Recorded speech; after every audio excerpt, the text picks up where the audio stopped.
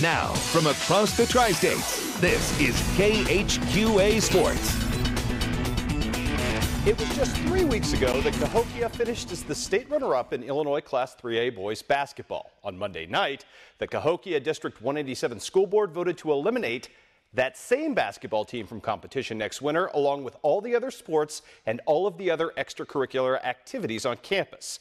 It's the proverbial nuclear winter scenario designed to help a financially ailing school district shave some $4 to $5 million out of the operating budget. A shortfall exacerbated by the state of Illinois being $1 million plus behind in funding to that same district. It's now also every high school athlete, coach, fan, and athletic director's worst nightmare, now fully realized as a cautionary tale, but also as a grim omen of the future for a troubled economy in the land of Lincoln. It's something I think that people do take the extracurriculars at times for granted, and you know, you never want to do that, like you said, with the team that finished second in the state, and all of a sudden they're looking at, wow, we could have to cut this entirely. It is something that kind of worries you. And it does really hit home because you think, oh, wow, you know, this really could affect anybody and everybody. As the caretaker of the largest athletic department in West Central Illinois, Bill Sanders is keenly aware of the toll state funding shortfalls have taken on his own programs. And at every professional turn, the Quincy High AD is finding he's nowhere close to being alone in that predicament. This year alone, I've gotten, I don't know how many emails from different athletic directors, kind of doing a survey of you know, fellow athletic directors around the state saying, do you charge an activity fee?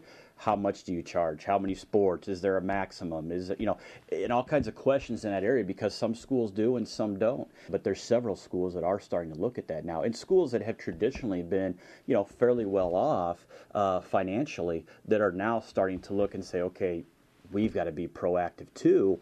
You know, what's happening with the state is affecting all of us.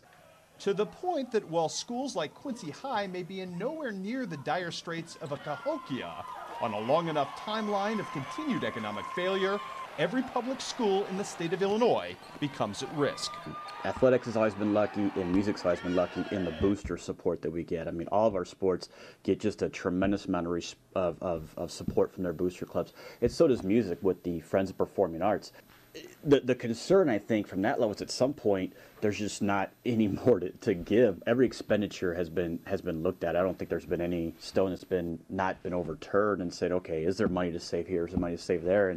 And you do worry about it, because at some point you think, wow, I don't know if there is anything left to give. You know, and from the classroom side, from the extracurricular side, trying to cut back on every avenue you can, and you hope that it's going to be enough to be able to get you through another year.